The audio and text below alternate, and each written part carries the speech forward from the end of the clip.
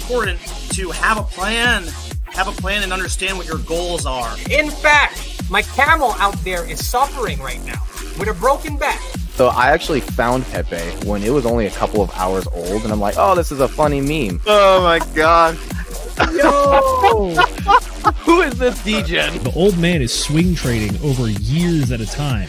And it's like, that's where the real money is made. The answer is a permanent loss. With single-sided staking, you don't have to worry about impermanent loss. But really, at the end of the day, it's just the matter of a macro market. It's just what happens. If you're aware, if you're disciplined, you can hone that into further financial growth. Financial freedom, so we can actually live life and not have to be constantly living paycheck to paycheck. I mean, that's the ultimate goal, more or less, right?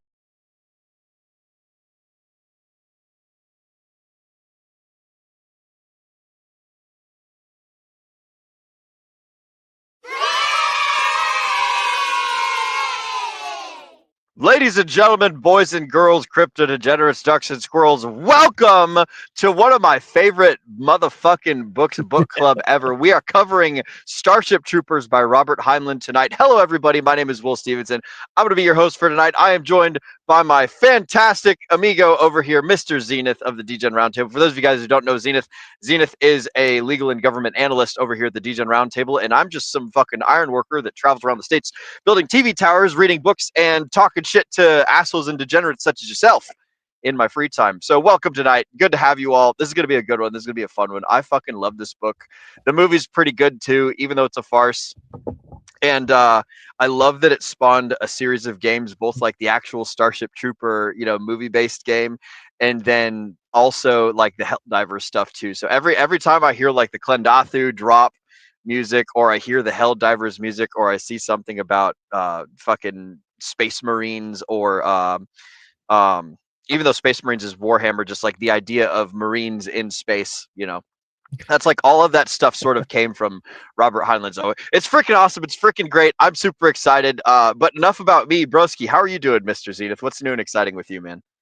I am just hanging in there and just doing what I do normally. So working the day job, doing the crypto stuff. It's been an interesting week, to say the least, from a market perspective. And as a Hexagon, I threw on the Pulse Chain shirt because there was a big announcement from Richard Hart about a new Pulse Chain product. So, yeah. Shout out to RH Max, by the way. He is currently streaming, talking about that one. He asked me to be on that show, but I was like, "Oh, my brother, I'm sorry, I got book club, and I'm not skipping this one." We're not skipping fucking Starship Troopers, bro. Like when I was reading this book, I'm like, this book fucking describes me and Zenith, because it's the sergeant life, it's the fucking boot camp life, and then at the very end, it's the lieutenant life. And I'm just like, oh my god, it's so fucking perfect. So shout out to everybody out there who's ever read Starship Troopers. But sorry, broski, you were in the middle of a thought and I interrupted you. What were you saying? No, you're good. RH Max is streaming about the new Mr. Prove. It's like it's a way for people to do trustless transactions that are guaranteed, and then there's a token associated with it that rewards people for doing stuff. I'm still fresh on it, but outside of that, nothing crazy. I gotta say, I really enjoyed this book. Oh wow, it's green for the perfect green screen color. Excellent. This one was interesting for me because I was like, okay, I know this is gonna be a good book. I want to like read it with my eyeballs. And then I was reading it with my eyeballs and I was enjoying it. And then life got a little bit away from me. I was trying to finish it up today. And I was like, you know what? I'm just gonna fire up the audiobook while I listen to it. And I gotta say, I think I actually enjoyed listening to the audiobook even more, because the voice acting and like the timing that they have for stuff is fantastic and elevates it definitely. Like there are some things that it really just nails. There are a few conversations that I highlighted that like I actually was like laughing out loud for some of them, and I loved it. When you listen to the audiobook, did you do the one that I put up in the Telegram that has like the actual, like it has sound effects and shit added into it, and like voice changes and stuff for the different accents and different people? Or did you listen to one on Audible? I just grabbed the Audible one. Okay. It's definitely not like sound effects and everything, but the narrator does like slightly different voices for different characters to differentiate stuff. But the way that they also read it, like it seemed like someone who was either very familiar with the source material or also just had a bit of a veteran background as well and could really put some some punctuation on certain things that needed it. And it was good. It was really good. That's awesome, man. I fucking love this book so much. This is great. I want to give a big shout out to to my mother's husband, Joe, who is one of the, I don't know if he introduced this book to me or if I had already read this book years and years and years ago when he entered into my life. But man, like this, he's a super big fan, and I should have hit him up to ask to see if he would be on this podcast with us today, but he's probably busy. I know that, and I totally forgot to do it. So sorry, Joe, if you're out there, fucking shout out to you, man. Remember that violence solves everything, and that's what I have to say about that. I forgot to highlight that part of the book, but that was also a great conversation too. Yep. Oh man, so many good conversations in this book, and it's like it's great because the book was sort of kind of written for young adults, but it's also like it also fits in with adult publishing. The book was actually originally intended to be published by a youth reading like publishing company, similar to like Animorphs and maybe not Goosebumps, but you know, like things in that like age range of like young people. And I don't believe that, because this was definitely written by someone who was in the military and could explain the nuance of all the different roles and how they work together and are like slightly adversarial, but also like come together to create this just like perfect chaos. And I'm like whoever, like somebody was in that wrote this. So Robert Heinlein, little bit of facts about the author here. Robert Heinlein was in the Navy. I think he got a medical discharge for tuberculosis or something along those lines. I can't remember exactly what it was, some sort of lung or breathing problem. But he was in the Navy, and he is a veteran. And I think this is the 9th fully published or fully written book that he published. He's got his whole Heinlein universe. Man, there's so much cool like chronological stuff that happens between all of his short stories and all of his books and stuff. He really spun like this really cool scientific world of like the not so distant future and whatnot. And this book came out in like the 1959, I believe. But yeah, he did originally approach. Oh yeah, fucking nuts, man, fucking nuts. I think this was during the part of the Cold War where America and Russia had just recently agreed to stop doing nuclear testing, and America and Russia was like, we'll only agree to stop doing nuclear testing and development if everyone else agrees to, everyone in NATO. And so NATO was like, okay, we promise not to. And then Russia, continued their nuclear testing. Then they dropped the Tsar Bomba and totally just like, what's the word? Embarrassed everybody. Like, who's like, oh shit, what, we've been bamboozled. What a world. But anyways, before we get into all that, speaking of shout outs and peoples and stuff, it's time for the best part of the show. I don't have my big chat shout outs with me, but I got my little one handy dandy. It's time for chat motherfucking shout outs, ladies and germs. One of the best parts of the show, where we chit chat with you guys and make sure to give you guys good attention for giving us good attention. So first and foremost, we're going to shout out StreamYard for letting us know that live viewer comments show up on StreamYard. This is an example. Click on a comment to show it on stream. We don't really shout out StreamYard very often, but I do want to give a shout out to StreamYard. Thank you for providing this cool platform that's probably going to cost a lot of money. But yeah, right up next in the chat shout outs, and first and most recognizably in the chat shout outs, he came in at a whopping 4:00 p.m. which is right around when I created this StreamYard link. So my good friend Josh, Mr. Slide 180, he says the need to know more intensifies. Absolutely. That's a shout out to the movie that was shot with like propagandistic infomercials and things shortly before the internet like became super duper popular and stuff. So it was really cool and really fun. But yes, the desire to know more is always intensifying.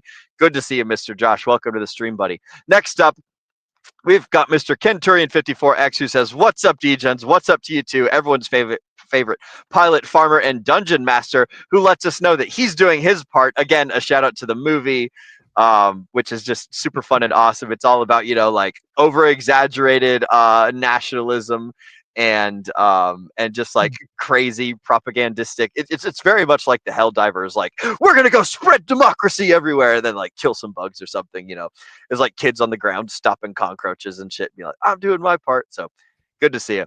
Next up, we've got Mr. Taylor, who's rocking and rolling in with the Shaka right back to you, buddy. Good to see you, Mr. Taylor. I fucking love it. I hope that you post a video of you skateboarding or some point. It's sometime in the Degen Roundtable. I know that I put a video of me riding a longboard in the Telegram, which you guys can join, by the way. you guys can join our Telegram by clicking on that little QR code down there, or you can go to t.me/DRT join now. And if that was super duper fancy and awesome, I would have a link for you guys. So I'll go ahead and pull that up here. I'm not working with my phone, so this is kind of a oh geez, what have I done? Oh no. Oh no. Don't ever use Excel with your fingers, guys. This is not a good idea. But anyways, you guys can go and check out the Degen Roundtable Telegram. To do that, you just go to t.me/DRT join now. And that's where you can hang out with us, post pictures of yourself longboarding, post your skate videos, do other cool things and other such stuff like that. But that's how you join our little community and hang out and talk shit and do other things. And if you want to join the, I think, almost 30 members of Book Club, then you go to t.me/DRT, or no, Degen Book Club. That's what it is. t.me/Degen Book Club. So there you guys go. That's a way to hang out with us and stuff. We've got Josh over here. I've only watched the movie. I'm slacking. Good sir, you are not slacking. It's actually better to watch the movie first and then to read the book, because then you have like an idea of the characters and you can also enjoy the movie. Whereas like if you read the book first and then you watch the movie, you're like, what the fuck have they done to my boy? What have they done? How have they butchered this? But if you watch the movie first, then it's like, oh, this is a fun movie, and it's like, you know, comical and interesting. And then when you read the book, it's like, holy shit, there's actually like a whole lot of like really cool political stuff and really cool like military relatability and all sorts of fun and fancy stories and things. And I'm not gonna lie, bro, when I was reading this book, I was like, man, I should fucking re-enlist. Like when he's talking about all the suffering in boot camp, I'm like, ugh, I miss fucking suffering with the boys, you know, just going and doing, like he specifically talks about what we would lovingly call, Josh remembers this, penguin formation. I don't know if they had this in the in the Coast Guard Zenith. You're unfamiliar with penguin formation. Oh, okay. So formation time is always buttfuck early in the morning when you go outside and you stand in formation in your PT gear, waiting for the company or the platoon or whatever the hell to, you know, go and run you for 4 miles or to go and, you know, run the obstacle course or whatever. But normally when it's buttfuck cold in the morning and you're standing out there in your fucking you're like your short shorts and your little like t-shirt or whatever, you know, it's cold as shit. And so what do the Marines do? They huddle together in a penguin formation and they all like jump up and down to like be like, you know, friction. And so anyway, you just see a whole bunch of Marines huddled really tightly together, jumping up and down, causing heat and not freezing to death in the outside. But he describes that in the book when they're like doing yeah, exactly, nut to butt huddle up. When you put your nuts on other people's butts, they're so fucking close. So yeah, that was a thing of the Marine Corps, and he describes it in the book very well during like the cold weather training where they huddled together like sheep throughout the night, so that way no one freezes to death and stuff. So I think I super remember fucking fun. If this the scene that I'm thinking of, the Rico Johnny, the character, he's describing, he's like, well, we're sleeping out here. They didn't give us any bedrolls. And he asks Zim, and he's like, do we have any bedrolls? And Zim goes, bedrolls, motherfucker, you wish you had bedrolls. And then Zim goes into a nice little monologue. He's like, well, you can either sleep on the ground, which is what I recommend. The other option, if you want to stay warm, you can just keep walking around the entire night. That'll keep you warm. But you're probably going to be tired in the morning. What do you think? Mm-hmm. It's just like, this is like the perfect like dry sarcasm that the cadre gives you to give you to remind you of like, ah, yes, there's a correct choice here. Stop being a dumbass. Yep. It's like you adapt and overcome to the difficulties that are presented to you, and that's the part that I really enjoyed about the boot camp scene. But before we get too far into it, right? Let's do a quick little overview of like what is the entire book and all that stuff. So. From ChatGPT, because ChatGPT is great at summarizing. Starship Troopers, released in 1959, is Robert A. Heinlein's bold exploration of duty, citizenship, and moral responsibility through the eyes of Johnny Rico, or Juan Rico, a young soldier who joins the mobile infantry to fight a brutal interstellar war. Beneath its sci-fi armor, the novel is a political and philosophical challenge, asking what gives a person the right to vote, to lead, or to even call themselves a civilized human being. It matters because Heinlein forces readers to wrestle with uncomfortable truths. Freedom isn't free, democracy decays without discipline, and a society unwilling to defend itself will not survive.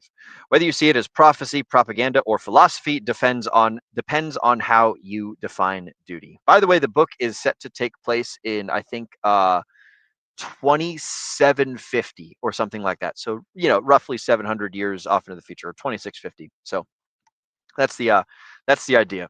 So a quick list off of the chapters and excuse me.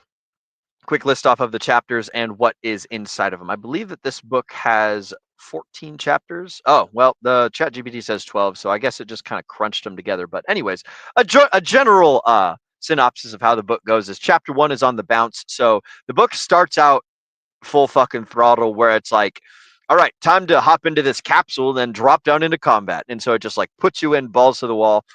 And you get to experience what dropping into combat is like for a not a hell diver, for a mobile infantry capsule trooper, a cap trooper.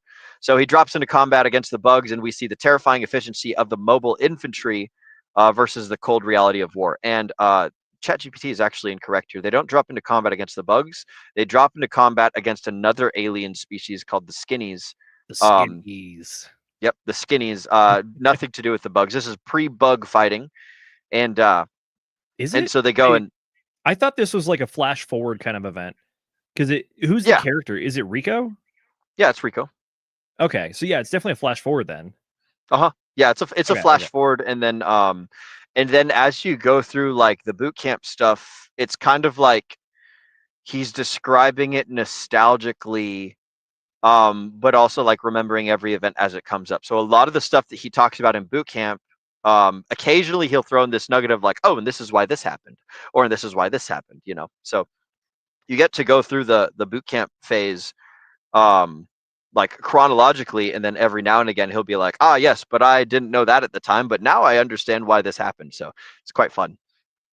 So anyways, chapter 1 is about, like just fucking launching straight into combat, and it's super fun and awesome. And you get to like really get an idea of how Robert Heinlein envisioned a single like platoon going out and fucking shit up in the future. So basically the idea is like I don't know, like a 20-man squad or section or whatever drops down onto like a city, and then they fan out in this gigantic like V formation that slowly circles and closes like this around a rendezvous point. So a bunch of people drop in on two separate lines, and then they do this number, and then they go to a little rendezvous, and they're picked right on out. So they're basically on the ground for like, I don't know, maybe 5 or 10 minutes. And this whole time they're just like fucking launching bombs and occasionally like dropping hand grenades and like shooting flamethrowers, but they don't carry like kinetic weapons like what we would use, guns that shoot bullets. They basically just like lob big ass bombs, like even shoulder mounted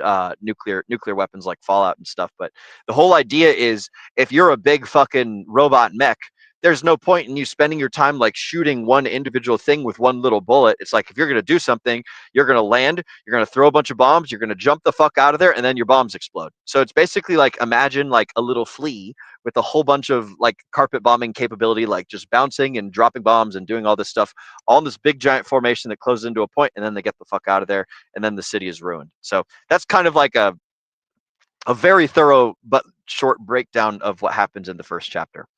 And then chapter 2, we flash back into high school days. It's about history and moral philosophy. This is when Johnny Rico recalls classroom debates about citizenship and civic virtue, and like planting the book's real like moral foundation and stuff like that.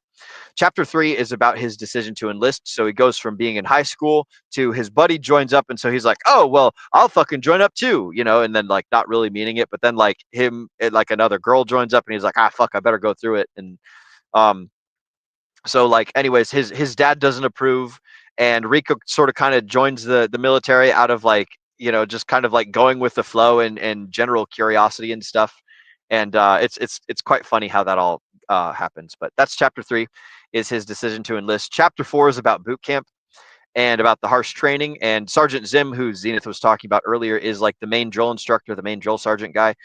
and he tests recruits to their breaking point, showing that military discipline builds character through suffering. And one of the things to mention is that they went from like, I want to say the book said like 200 to 300 people to something like 20 at the very end. So it's like a massive, like, That's I a don't want to huge say attrition rate. casualty, but like, yeah.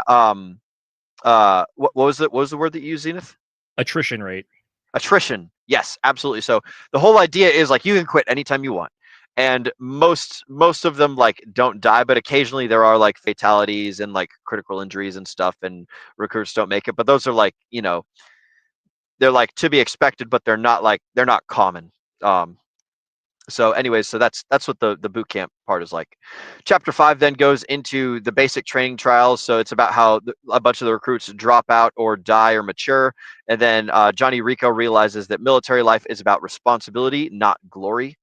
Chapter 6 is about graduation and service assignment. So Johnny Rico earns his place in the mobile infantry, and he understands the full meaning of earning his citizenship. Chapter 7 is about the bugs and the war. So this is where we introduce the bug species, which is an efficient hive mind civilization. Heinlein contrasts their collectivism with human individuality, and it's speculated that Heinlein uses the bugs to be kind of like analogous to communism or socialism. Basically, like we work for the good at the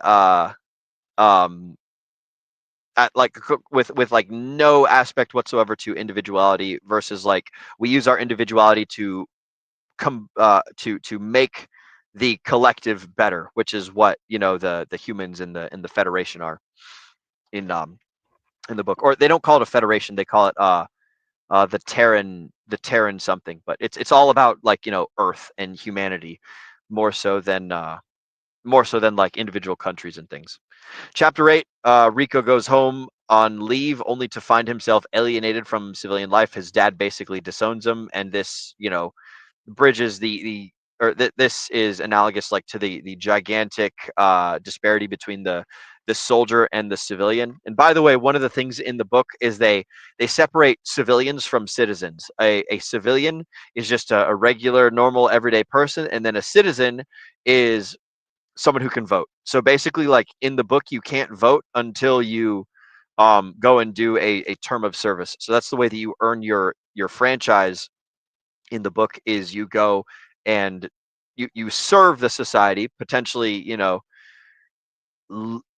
potentially inviting yourself to experience death or grave bodily injury, and in so doing, by giving up all of these things that are potentially precious for the sake of the many, you therefore get to decide how the society runs afterwards and stuff. And that's what a lot of the politics of the book is about. Chapter 9 thereafter is about officer candidate school. So eventually, you know, Rico goes and he does some military stuff, but then he switches over and bucks for officer. And so it's about him learning the weight of command and the cost and the moral cost of leadership. Chapter 10 is about command responsibility. So at the end of his officer candidate school, he's actually sent out into the real fighting world, and he's like, hey, you got to go and fucking basically be a pretend lieutenant, and but like you're not going to be in the actual chain of command. You're like a cadet in training, so like you'll have official title and stuff, but you're there to basically follow on and sort of kind of help and stuff. So that's what that's about, and that's towards the end of the book, and that's a really cool part of the book as well. Chapter 11 is about maturity and reflection. So this is when he begins to internalize the philosophies of his teaching and superiors, and he now believes in service as a moral calling. And then chapter 12, the final battle, is about Rico leading troops into an assault against the bugs, the war, and his growth culminates in his acceptance of duty and sacrifice. And spoiler alert, his dad joins the infantry as well, and they make up and have a good fun time. So that is the general idea of the book, and that is the book synopsis. That is the book synopsis. So Zenith, before we get into discussion and anything, I want to give you the floor for is there anything that I missed, or is there anything that you think deserves some special pointing out? No, you pretty much covered everything. The book is very much structured different than the movie, and I have a slightly different take on this one from you, I think, which is that I really enjoy both of these, and I do believe that they share some similar characters, but the two entities are best. I think you really enjoy them separately. Understand it's kind of like a similar story. The book is a very different structure than the movie. The movie is it's structured entirely different, where you go high school, basic training, first battle, new unit, final battle kind of thing. You don't see like Rico progress through officer candidate school or anything. There's a lot of the book that's actually just mostly about training. There are some good kind of like battle chapters and stuff. To be honest with you, my favorite chapter in the entire book is the first one. I like that one so much. It's so good. good. It scratches that like nerd itch too. I want to say somewhere in like the third or fourth chapter, he just goes on like multiple pages. I mean, he's like, anyway, there's this thing called power armor. Let me tell you about power armor for 5 pages and describe every detail of it. I'm like, all right, this is pretty banging. This is scratching like the nerd itch inside of me. But Yep. I knew that we were going to get into like some of the philosophical stuff. I was surprised with how much and how wide the topics were. Like in the first or the first like real kind of like philosophy section, which is like it's the discussions with his high school teacher, and then we have flashbacks to those. But he gives like a full-fledged rebuke of Karl Marx through the idea of like what is value? Is it tangible or intangible? And I was like, God damn, this is like really good actually. Oh yeah. And then we carry on, and we also get the probably the most famous one, which is like, what does citizenship mean? Like, what does it actually do? It's the idea that like voting is the ultimate form of force, and the people that are wielding it in this society are the people that have chosen to accept the responsibility and also face the potential danger of giving their life. It's kind of like the acknowledgement, like voting is the potential to end other people's lives. I have given my own life as possible sacrifice along this trail. Therefore, you're kind of like worthy of it. And then they also have another section where they actually compare like a lot of older philosophies, and they even give like a pretty full-fledged rebuke of like the current American voting system of like one man, one vote, everyone can vote pretty much.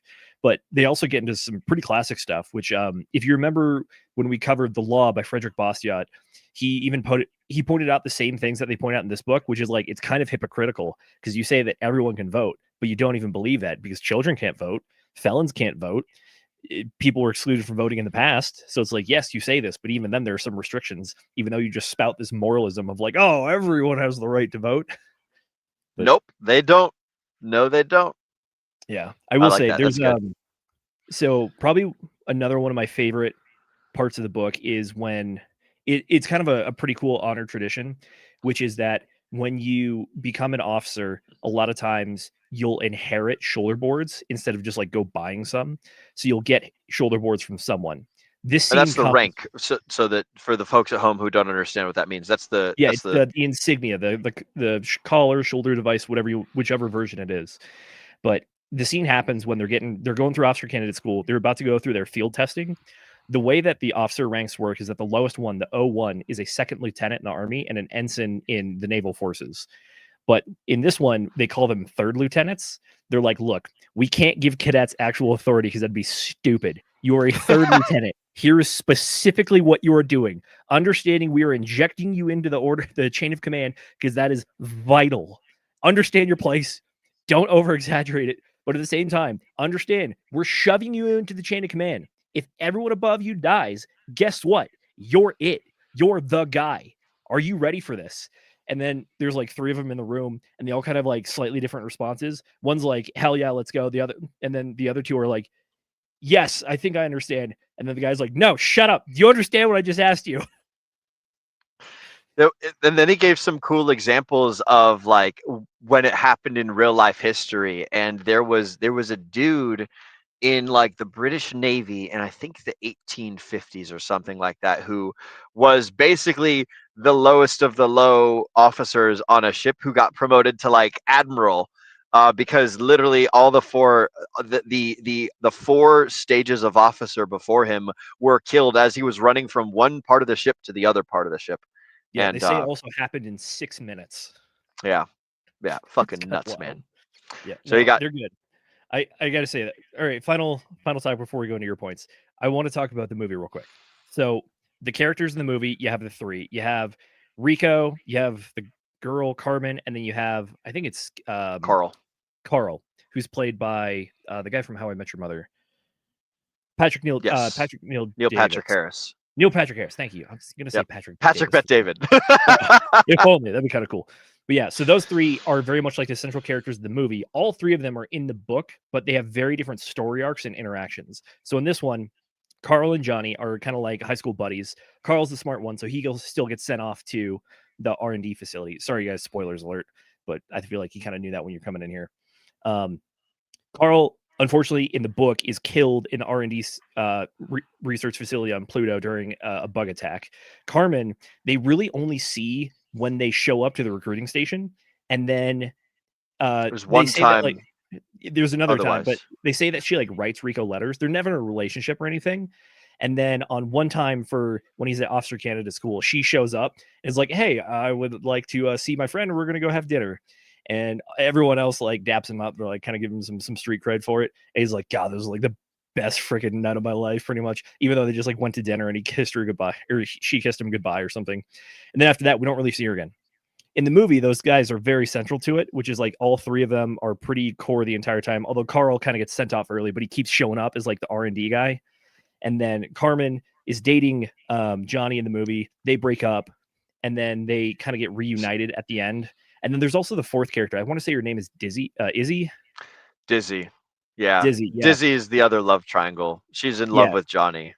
Yeah, she actually goes through like boot camp, goes to the Rough Riders with Rico, and then it kind of gets killed later on. The Roughnecks, thank you. She's not in the book, and to be honest with you, it doesn't really need to be. Dizzy Flores is in the book, but it's a man, and he dies in the very first jump. He's the guy that Ace and Johnny save at the very end. By the way, spoiler alert, one of the characters in the very beginning of the book, it fails to make contact when they're calling for the dropship to come down. And by the way, the dropship to pick them up for retrieval, it's basically just like in Helldivers. They send down a beacon. They're like, "Come over here, because we're flying and stopping and leaving," and the boat doesn't come back. And so Johnny and another guy who he has, so there's some chain of command beef right there. They go out to go and pick up a third character who's called Dizzy Flores.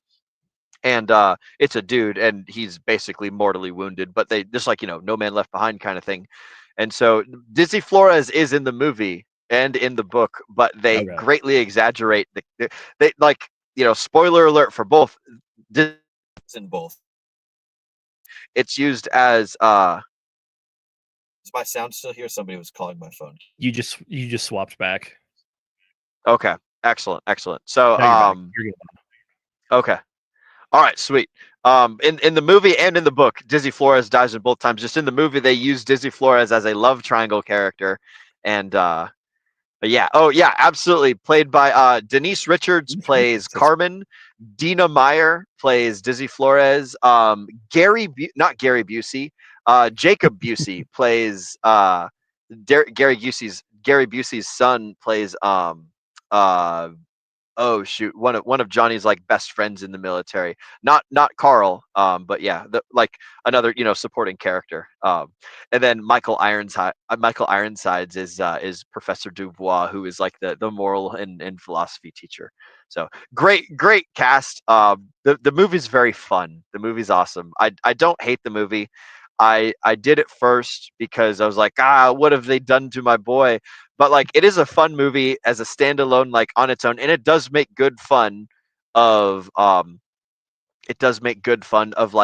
the over exaggerated ideas of the politics that are in the book, and that's kind of what the movie aims to do. The movie doesn't do anything with power armor or anything. Yeah, absolutely. Directed.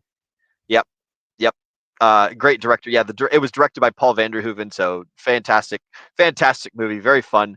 Much more of a mockery than a serious. The book is very serious, and the movie is definitely kind of a over the top exaggeration. I think they're both fantastic, though. I will say I like the power armor in the book. It's fantastic. I want to say the movie. Gosh, when did it come out? 90s, 80s. I want to say. Oh, it was late 90s. Late 90s. Yeah. So I I did the research on the power armor because I just wanted to go see cool pictures of it. And there was a footnote at the bottom of like the Wikipedia entry that I saw. I was like, they tried to include versions of the power armor in the movie, but they couldn't do it because the special effects just wasn't there, and neither was the budget. And I'm like, Yeah. it's probably better that way, so you don't have a bunch of characters' faces covered and stuff. But like, I gotta say, the power armor in the book is super, super cool. Yeah. I want to Starship Troopers budget, because I think that's it was $100 million budget. All right, so it wasn't like a crazy high budget, but it wasn't nothing.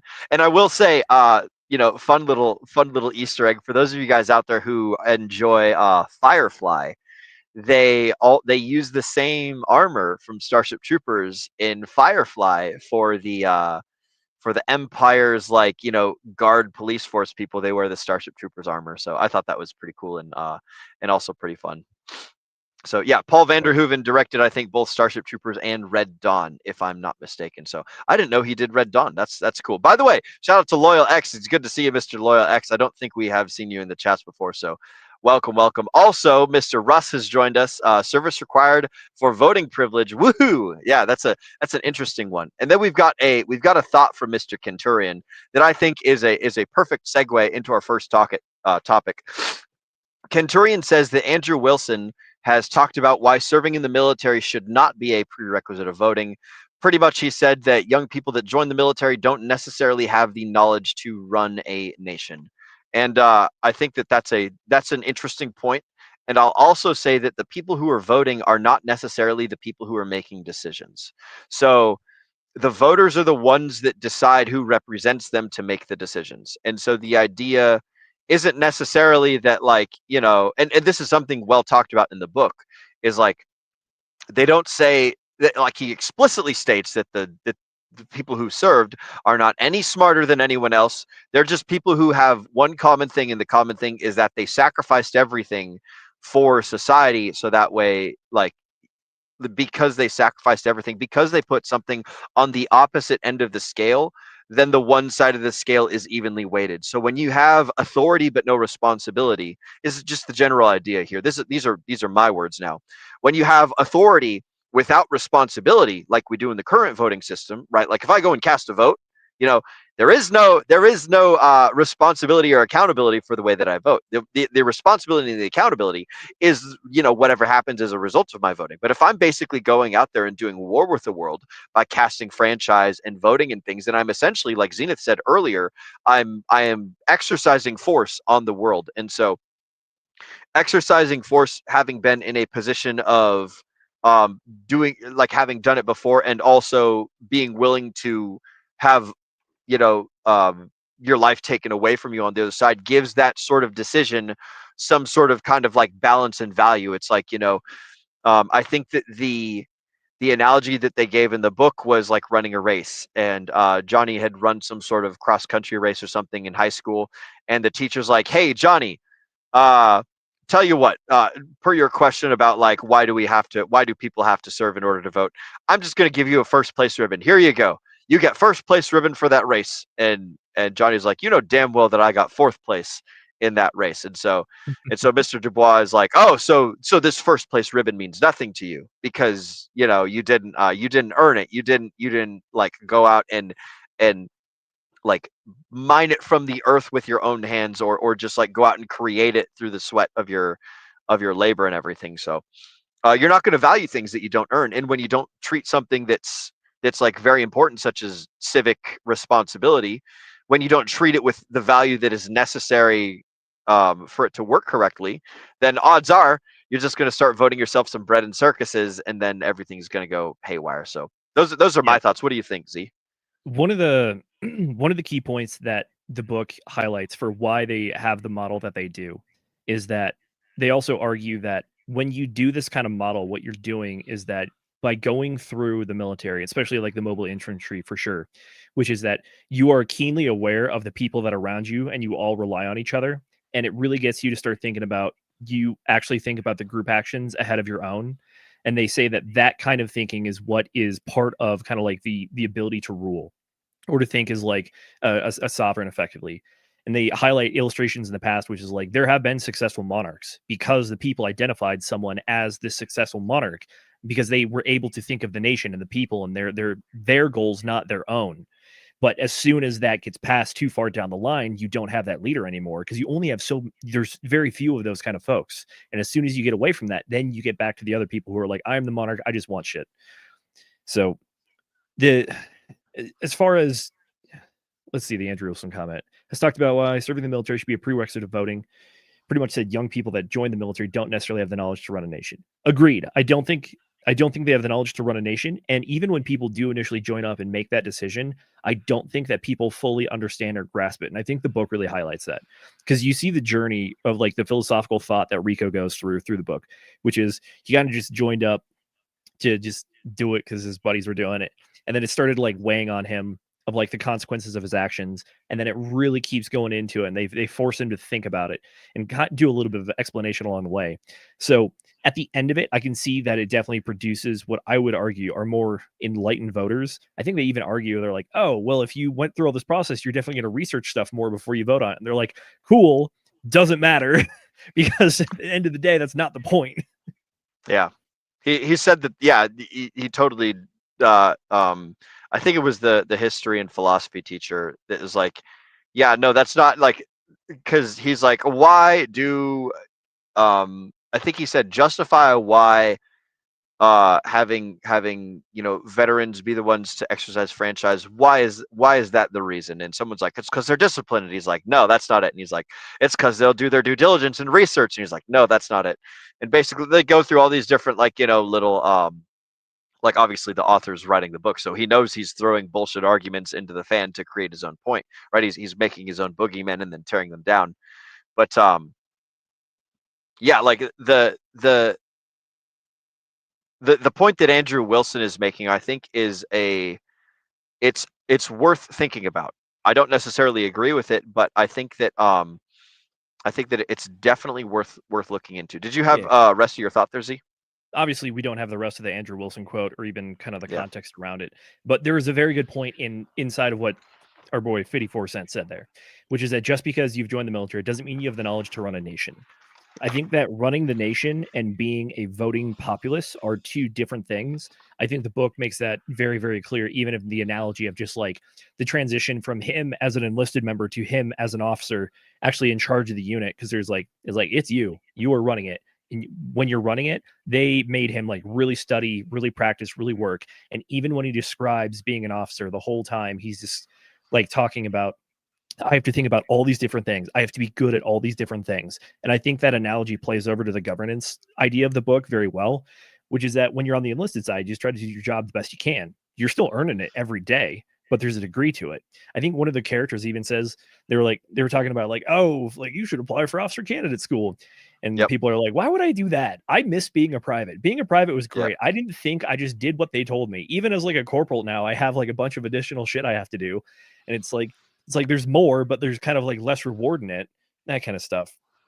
So, I can confirm, way better to be on the lower half. Yeah, and the whole point is saying that like it's the analogy of like, yes, they're using the military as the analogy for the voting populace, but it's kind of the idea like there's a reason that we don't make privates officers. There's a reason that you don't just immediately shove them up that chain of command. And it's because it requires the talent and the ability and the knowledge and experience, like it's being demonstrated in the quote there, which is like, there's a difference. And I think the book is trying to get the idea that like currently the United States anyways, granted this was written in the 50s, but it's still entirely accurate today. My gosh. It's the idea that we have a voting populace similar to private trying to be officers, or at least just trying to be higher up enlisted. And the idea is, I think he's trying to pitch is like, what if you only pretty much had like the corporals and sergeants and above as the guys that are actually the voting populace? It's saying that there is a minimum floor, and if you extend it down further, you're just going to get inadequacies. I think the quote exemplifies that for sure, and it also exemplifies when getting people into political office, because our version of it is that we vote our representatives in. We have a republic, a democratic republic. So it's not that we are voting on the individual things, which happens in the book, because in this they don't get explicitly into it too much, but they definitely imply that the individual citizens who vote have a lot more political power over like the nitty gritty, as opposed to just electing a representative to go represent them.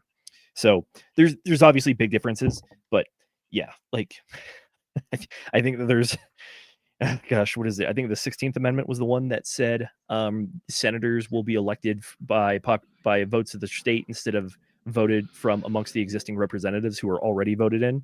That is one of the things that people point to this day about, like, kind of the idea that, yeah, we're still just voting in incompetent people. And it's like, well, we kind of had a safeguard against that, and then we got rid of it. So it's kind of us. Oopsies. We done. Yeah, oopsies.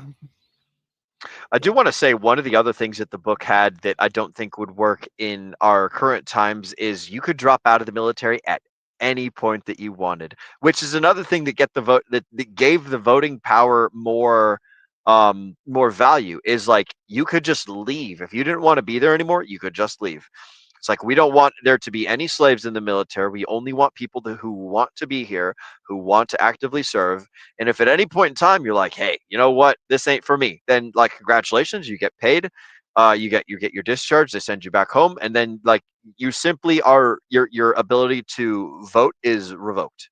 And also, active duty service members could not vote as well, because, you know, if the service members could vote, then they would just vote not to go to war. And it's like, oh well, we can't have that now, can we?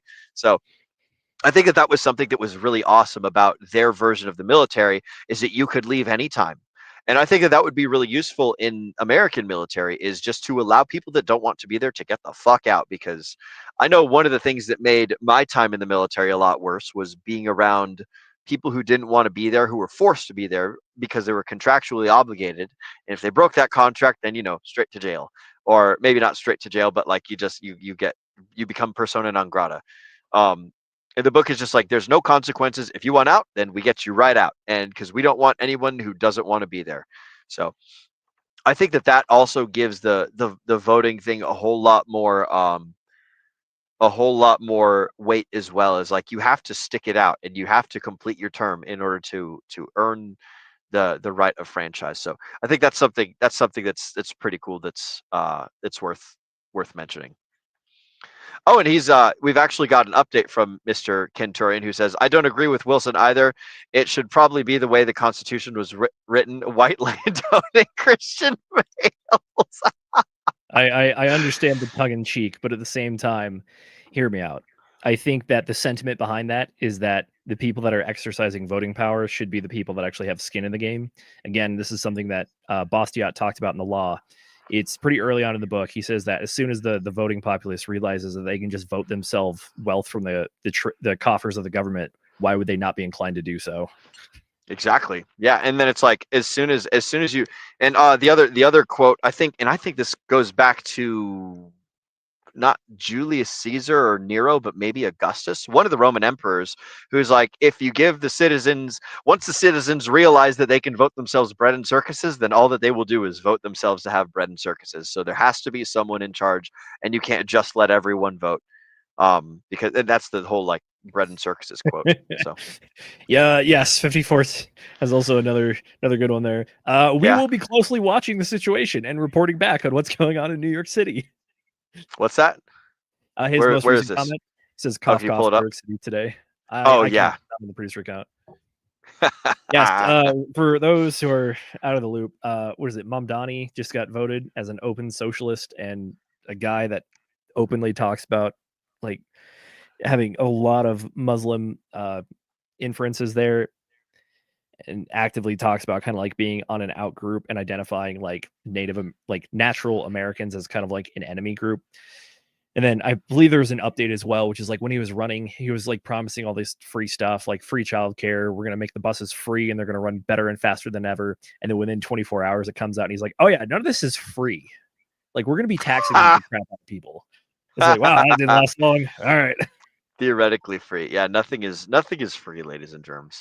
There you guys go. Speaking of things that are interesting and bugs in New York City, we love to hate those damn bugs. Also, he thinks that Quentin Tarantino should do the part 2 to Starship Troopers. I would really love for a realistic Starship Troopers to be made. I mean, that's basically what happened when we got Halo. You know, all the Halo movies and Halo series is pretty much what Starship Troopers should have been. The difference is that Master Chief still gets a gun. He's not like, you know, bounding around with other Master Chiefs, literally just dropping bombs, like basically a human helicopter or a human bombing agent or something like that. So I think just that, like, live. Oh, sorry, go for it. I think that using like the small unit tactics and things like is still really cool when added to like super soldier stuff and things. I'm gonna get to Just Live here in a second. Yes, Starship Troopers was indeed written in the 50s with the Cold War paranoia theme, abso-fucking-lutely. And we got. Are you gonna get to Just Live's question for us on the panel about the Oh no, I was about gonna say I just saw that one. I was gonna say he had a good movie quote. He goes, "It's an ugly planet, a bug planet." Yep. It is an ugly planet, a bug planet, and that's what we think of New York City right now. It is an ugly city. It's a bug city. So there you guys go. If you want some communism, go over to New York City or something. I don't know. I don't spend any time over there. So shout out to everyone that spends a lot of time in New York. You guys know who you are. Not my favorite place to be, but there's some cool things to go over there every now and again. But really quick, a very, very important question from Mr. Just Live. Captain Ibanez, Dizzy, or Lilu from The Fifth Element. So Captain Ibanez is Carmen. So Carmen Ibanez, Dizzy Flores, or Lilu from The Fifth Element. And I would have to say, I know what my answer is, and I know why. I'm curious what your answer is, Zenith, so I don't spoil it, or so that I don't. What's the context of the question? Just which one rustles the jimmies the most, or which one would we like to have as a partner? It's just a question. It's this, or this. Carmen all day, baby. Carmen? Are you kidding me? I saw the movie. The pilot. Cat Ibanez, yeah. Well. She's bad. I will say she is a good portrayal of feminine psyche, and I will leave it. I agree with you on that one, but like here, this is what I got for the first Google result image. Oh, come on. Denise Richards is a beautiful woman. Do you need me to pull that up for you? Yes, please. There we go. I'm just saying. Denise Richards is a beautiful woman. There is no doubt about it. No doubt about it. I'm just saying. Or rather, in 1997, they made a good choice for casting this movie. I will adjust my statement. So there you go. For me, I would say if we had to go with Carmen, Dizzy, or Lilu, I would choose Dizzy. Dizzy because is the choice, I think. Yeah, Dizzy would probably be the best choice simply because there is like the interest in the attention. With Carmen, she was just like aloof and a lot and just like flitting about and jumping from man to man to man in the thing. And then Lilu's a fucking nut job who would probably ruin everything in your house in an attempt to get a multi-pass. So yeah. There you go. Oh man, if the elected class can send the citizenry to war, then skin in the game should be required for voting privilege. Yeah, exactly. If I can elect that other people go to war, but not myself, then it's like what do you do when you spend other people's money? You don't think about it very much. You definitely don't put as much intention into it. So did we talk about that last week? Probably. I mean, I don't know. This seems to be a recurring theme. Oh yeah, it was the public debt book. And the guy had the example of like, oh, your buddy wants you to throw a party. Are you thinking about it? And then you were over there and you're like, look, I understand the sentiment. At the same time, though, I think we're good enough people and good enough friends to be like, yeah, I'm not just going to blow my buddy's credit card. Yeah. That's right. Yeah. Yep. Yeah, you have to like when you're spending other people's resources, then you have to be a good steward of it. And if you just don't care, or if you've never had your money spent by someone else, then it's like, what goes around comes around. So something for you guys at home there. All right, so let's see. Man, there's been a lot of freaking chat shout outs, so that's freaking cool. Let me see. I can only see like one or two of them at a time, but we've got Just Live. Yeah, Disney is probably the best in the sack. Put that outfit on Lilu. Yes, I will say Mila Jovovich was, I want to say 19 when they filmed The Fifth Element, and she did a really cool interview where she talks about how nostalgic it was when she was done playing Lilu. She was like, oh, I never get to like be this character or act this like silly again, and she was kind of sad about it. Oh, and Just Live is talking about character, not the actress themselves. Okay. So yeah, the character of Dizzy Flores certainly both Dina Meyer and Denise Richards are beautiful women, and so is Mila Jovovich. But I think that the way that the way that Dizzy Flores acted, apart from getting killed, that's not so super awesome. But that's how I would rank them on my little scale of things. Like, we always reward the ones that are interested first and foremost, and the ones that act well. So that's my thoughts. Anyways, we've been taken for quite a trip here. We're almost an hour into the podcast, and I have not We already asked a covered like the single. most important topic though, so I'm cool with it. Yeah, we did. So the next thing that we'll jump into is we'll talk about violence. So one of the quotes in the books is that violence doesn't solve anything, and it was said by one of the students to the teacher, Colonel High Dubois. school students, yeah. Yeah, one of the high school students, and she's like, "My mom said violence never solves anything," and he's like, "Actually, violence is like the reason that everything exists, and it's not necessarily through like first order of degree. Oftentimes, it's like second order degree. It's like you listen to the police officer because there's the implication of violence, not because he's sitting there like cracking you over the head with his baton and saying like, you need to not speed, you dingleberry. But it's like, if you resist the cop, then there's if you resist the cop's attempts to escalate physicality, then there's a good chance that you will get shot or something like that. Maybe not the best analogy, but Zenith, what do you think about does violence solve everything? So we already covered this. The author was a military man himself. I think, especially as the vet bros, it's very easy to get into the mindset of like everything will just end with a war at some point, effectively, or some sort of struggle for life and death. I think that it's largely true, which is that realistically, like negotiation and diplomacy can only take you so far. But I mean, we talked about it in 48 Laws of Power. There's a lot of different ways to exercise power. At the end of the day, though, power is kind of exercised through a sword. So does it make sense? Yeah. Do they give great examples to the naive high school student? It's like, well, you should go talk to all those conquered countries. Let me know, see if violence didn't solve their issue, because it looked like it solved the other issue. So yeah, like I think that in this book, well, there's an interesting aspect of it, which is that this book was actually written in 1950, I want to say.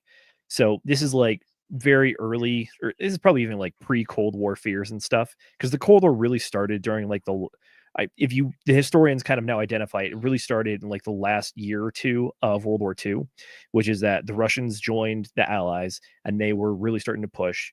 The Russians were actually the ones that wanted to try to finish off the war in Japan, but the U.S. kind of out of already being so heavily involved in the theater, but also kind of trying to outcompete who they see as a new world rival, were the ones that really pressed the issue and ended up dropping the atomic bombs on Nagasaki and Hiroshima. And so it's written in an era of like just the birth of atomic weapons. And the author actually does incorporate atomic weapons into the book. He says that in the first chapter, when they're on their smash and dash raid mission, Rico's like, I'm very special. They gave me a nuke this mission. I'm stoked to use this. It was only like 2 kilotons, which for all comparisons is actually a very, very small nuclear weapon, but at the same time, a 2 kiloton bomb is still pretty dang big.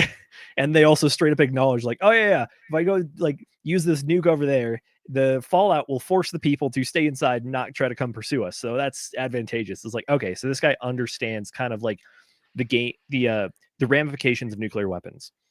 What we've seen in the 20th century and now the 21st century is that the invention of nuclear weapons was something that drastically altered the math equation or the game theory when it comes to fighting wars.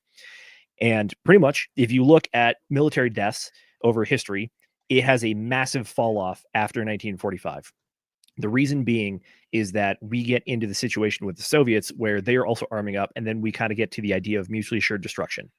And it's this idea that the threat of mutually assured destruction is the thing that is kind of preventing a lot of large scale warfare on like a worldwide basis, because if it did, then we kind of have a reason to actually use the nukes, and then they would have a reason to use the nukes, and then a lot more people die.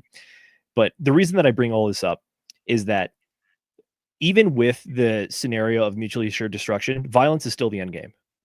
It's violence on a massive, unbelievable scale. So at the end of the day, even now, as we like to pat ourselves on the back and say that we're so good at diplomacy and negotiation and forging alliances and doing all the soft power stuff, at the end of the day, though, it's still backed up by force. Hell yeah. Fucking, oh man. I think that I basically agree with your analysis there almost completely, and I would just say that my opinion is much simpler. It's just that violence solves everything, and violence does fix all of the problems. It can start problems too, and it shouldn't necessarily be used for everything. But at the core of every form of force lies violence. So that's my thoughts on the subject. So there you go. By the way, I do have a quick fun fact for you. So, gosh, what is it? Little Boy, the first nuke was 16 kilotons, effectively. In the book, they talk about giving a single man in a power suit a 2 kiloton bomb. But my fun fact for you is, did you know that the F-15E, that strike fighter that we have, is capable of delivering a 360 kiloton nuclear weapon off of it? I just discovered that recently, and I was like, what? That's a lot of kilotons. That's massive. We've got some pretty interesting technological differences between 1948 and now, or 1940. When was the bomb drop? 45. Was 1948? 1945. 45. Oh, it was 45? Yes, oh, yep. Wow. I thought it was later. Okay. Well, anyways, August of 1945. Okay. All right. Well, fuck it. Hey, that's pretty nuts. Also, I remember someone telling me that like radiation is not necessarily like needed in a nuclear bomb. You can have nuclear bombs without radiation. It's just it's often included, or it's often not taken out, or something along those lines. You could make a big explosion without the radioactive fallout and stuff that ensues. Maybe they didn't know that when they were, dropping Little Boy and oh shoot, what was the other one's name again? Fat Man. Little Boy and Fat Man. Fat Man. But as far as like nowadays nuclear technology goes, according to some random person that I heard a long time ago that I don't remember, so therefore it must be true. Nuclear bombs don't necessarily need to have fallout or radiation. That's just an added feature, or rather an optional feature. The answer is kind of like yes and no. So the weapons technology is drastically different than the original atomic bombs for modern thermonuclear weapons, slightly different. But yeah, the main point of modern nuclear weaponry is pretty much just to create the biggest or the more specific blast effectively. And there will still be some radiation just by the process pretty much, but I think that point is kind of overblown, to be honest with you. Yeah. The radiation is not the worst. Radiation is very, very misunderstood by the general public. Yeah. I want to speaking of things that are misunderstood, I want to shift the topic of conversation over to leadership. So there's three basic superiors that are there's three leadership icons that I want to pick out from the book. We've got Sergeant Zim, we've got Lieutenant Colonel Dubois, and we've got Lieutenant Raschak, who we don't hear about a whole lot. But do you remember much about Lieutenant Raschak? I just remember his motto is "Everyone works, everyone fights," and there's just a lot of kind of social ramifications that came from that created a lot of cohesion and buy-in, but also effectiveness as well. Okay. Well, maybe I'll use one of the other persons. What about Sergeant Jelly? Do you remember the Sergeant Jelly character who ended up getting promoted? Yes, I actually have a fun little quote for you here from Sergeant Jelly himself. So this is immediately when Sergeant Jelly is promoted to lieutenant. They're trying to figure out what to name the new company, because they're like, we can't just call it Jelly's Rough. Is it Rough Riders or? It was Raschak's Roughnecks. Roughnecks, that's what it was. So it's Rico and Johnson who are going to talk to him about the name change. They said Johnson was senior and took the word to Jelly. He picked me to go along with moral support. Yeah, Jelly says, he growls up looking from his food. Sarge, I mean, Lieutenant, we've been thinking, with what? Well, the boys are sort of talking it over, and they think, well, they say the outfit ought to call itself Jelly's Jaguars. They do, eh? How many of them favor that name? It's unanimous, said Johnson simply. So 52 yeses and 1 no. Well, the no's have it. The Jelly was a fun character. Just very sergeant-y, very like drill sergeant-y without like the drill sergeant, billet or anything. But the question that I wanted to pose to you was like, what did you think anything about the different styles of leadership between like Lieutenant Colonel Dubois, Sergeant Zim, and Sergeant then Lieutenant Jelly? At a glance, they kind of all do look somewhat similar, but the book does try to differentiate the nuance to it. Mm-hmm. And I mean, they're all pretty much in similar categories, I would argue. So to me, there's not a whole lot of distinction. I think the way that they describe the difference between Dubois and Zim in the book is that Zim is just like very charismatic, very bravado, and like is very good at his job, obviously, but it comes out in the way that he's playing a part. Yeah, and it comes out in the way that he does it as just like just exuding confidence and just like kind of like swagger and steez. Versus Dubois he's kind of like less like bragging about it, but he's also like even more like hyper, just like efficient and effective, and just like the way that Rico describes it is just like these guys are just like so goddamn good. Yeah. I would say that Dubois had like prestige and Zim had efficacy, Yeah, that makes sense. like brutal efficacy. And then Jelly was just kind of like all right, we've got shit to do, no time for buggering around and worrying about shit that don't matter. Like, hanging out with the boys after he was combat awarded lieutenant. He still acted in many ways like a sergeant. And one of the things they said in the book. Yeah, go for it. I was just going to say, one of the things they said in the book is he still acted like the lieutenant was there, even though the lieutenant like bought it and got killed in one of their like prior drops. He acted like the lieutenant was there and was just like passing word through him to let the boys know what was going on and like what was the actual plan. And like, so he like filled the shoes as if the other guy was there without actually like being that guy himself. So he still played the part of the enlisted person carrying out and passing on and directing the officer's orders and intentions, even when that person was totally dead and gone. So like he filled another person's shoes while still remaining his own like sovereign self. And oh man, I totally lost my train of thought. But yeah, that's like you've got. Go ahead. They have a good quip from the book, especially about that part. They're like, yeah, he's technically lieutenant now, and he kind of refused it at first, but they finally forced him to go live in the officers' quarters. Yep. I remember that. Yeah.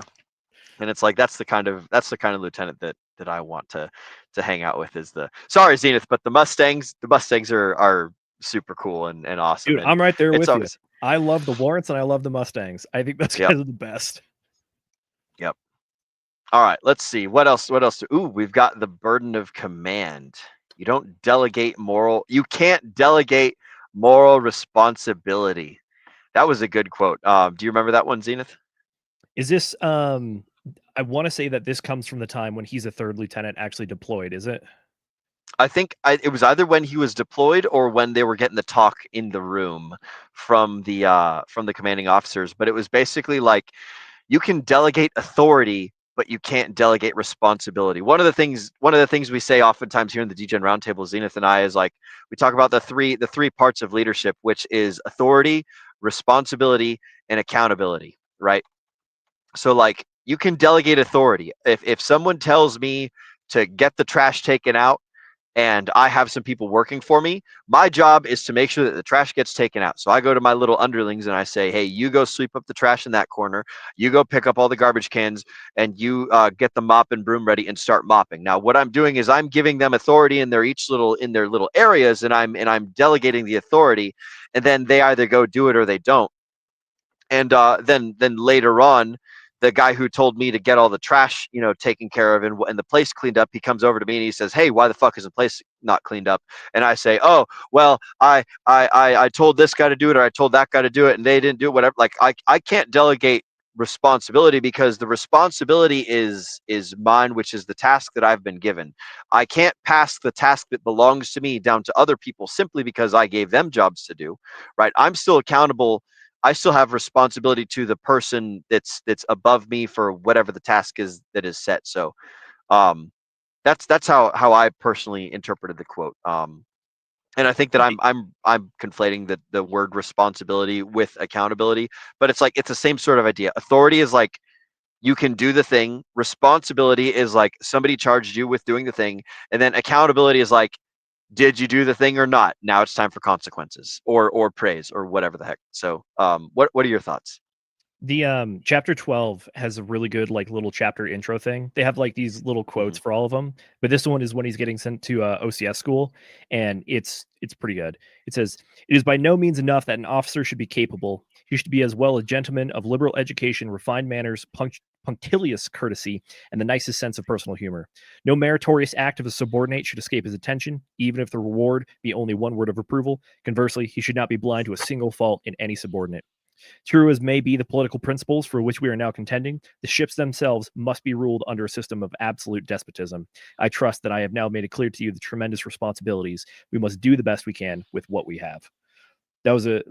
I like that one. The part that really stuck out to me is the idea that no meritorious act of a subordinate should escape his attention, even if the reward be only one word of approval. Conversely, he should also not be blind to a single fault in any subordinate. Yeah. It's a lot. And I mean, like, you pretty much nailed it. I think we've talked about this topic a good bit, which is like, you gotta have authority, you also have to have responsibility. But one of the things that the book does really well is just kind of really give the gravitas or the weight to what it is to actually be in command or be in the chain of command, not even necessarily at the top, but just understanding the nuances of things. Like, even when you're the fresh third lieutenant, you're talking to your sergeant. Is that the correct? Who's the most senior enlisted one they have on the squad? I'm sorry, I'm not. It was a sergeant. Yeah, the sergeant. Yeah, he's like, look, the sergeant is honestly the guy who probably has a lot of good ideas you should talk to as a third lieutenant. But at the same time, you can't just like, oh, the sergeant told me to tell you. It's like, nope, that's you now. You have to be the one to be able to dictate this stuff, because it does fall back on you. So if you are saying stuff like, oh, the sergeant is telling me that we should be doing this, it's like, nope, the sergeant's not responsible. You are big guy, so it's got to be you. It's like the difference between the decision maker and the person who has the information. Like, the person who has the information doesn't necessarily make the decision and is not responsible for the decision. There's just the person with the most experience. So like, this was reflected very well in my time in the Marine Corps. You would have lieutenants that would be like, oh, I'm going to show up and run this platoon how I want to do it. Or there'd be the ones that are like, okay, guys, how do we do this thing over here? Like, brief me on how things already operate and what is the thing that you guys are doing that works very well, so that way I can be a part of it and get you guys what you need to get your shit taken care of. It's like there's the sergeant is not the one that has to stand in front of the company commander or the captain at the end of the day and be like, hey, this is like the stuff that's going on. It's like, nah, the sergeant's a technical expert, and the lieutenant or the officer is the one that is in charge of like making sure that the whole piece of the pie gets assembled very well. And like the sergeants and the corporals, they all have their individual little things that they do. And so it works super well, I think. I really like that quote that you said. What was that from? Which one? The one that you just said at the beginning of this little convo. Oh, the one that I read off? That was the excerpt to the start of chapter 12. Okay. That was from John Paul Jones, September 1775, excerpts from Letter to the Naval Committee of the North American Insurrectionists. I don't know if that's fictional or not. That's a good one. I like that. It was good. I'm gonna have to re-watch this stream and then put that in my notes somewhere. Yeah. Do you remember the part? Go ahead. I was gonna say, as far as like the book goes, if you really want to get to what I thought was the best sort of like philosophical and kind of like moral discussions that they had, it was all entirely in the OCS chapter.